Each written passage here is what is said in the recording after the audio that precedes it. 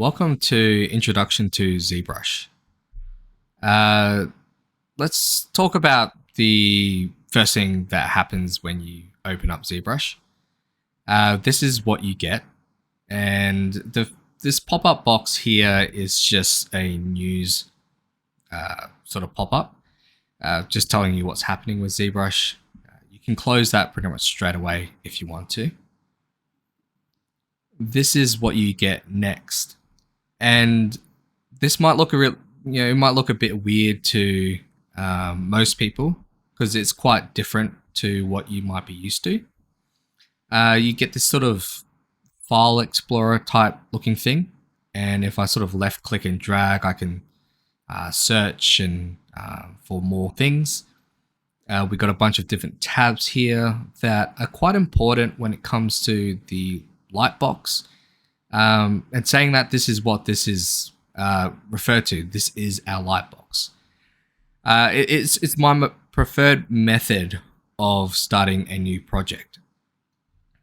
So to do that, what you typically do is pick one of these sort of templates that it's closest to what you're sort of thinking. More often than not, what I would normally do is just pick this one here, which is the default project.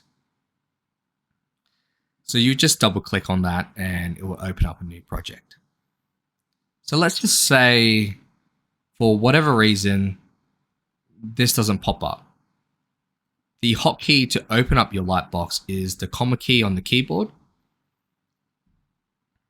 Or you can go up here to the toolbox and press this button here called Lightbox. So just for moving forward, I'm going to refer to this set of tools up here as just a toolbar. Right? It does have a specific name, though I find that one a little bit confusing. So I just say toolbar at the top here. So let's say we can't open up from the lightbox. There are methods to do this.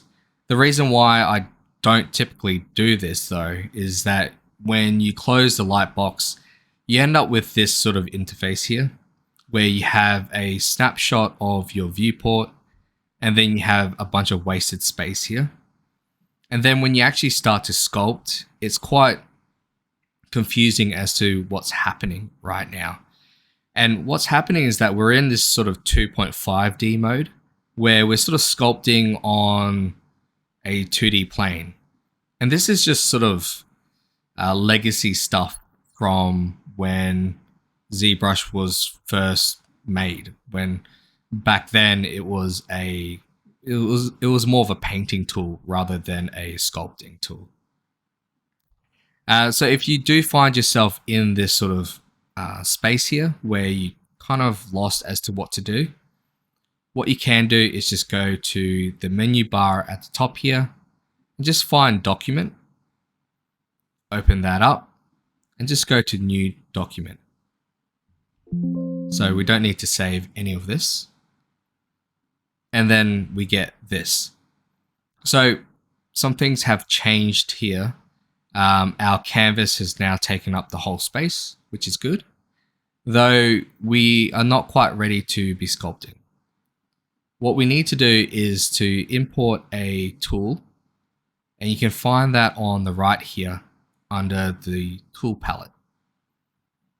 And I will explain why I'm referring to these objects here as tools a little bit later. Just for now, if you do find yourself in this situation, you can always press the cylinder 3D, or if you double click or just click and sort of hold, you have all these other meshes to choose from. But let's say we choose this cylinder here. All we need to do is left click or tap on the Wacom tablet in the viewport and drag out this object. So once this object is dragged out, you then need to go to the tool bar at the top here and then press edit. A hotkey for that is T. Then we can sort of start doing what we need to do. So it's very convoluted doing it this way. What I find is that it's easiest just to go to your lightbox, find your default project, double click on that. It's going to ask us to save, so let's just not do that. And then we have this perfectly set up canvas where the background is this nice gray color.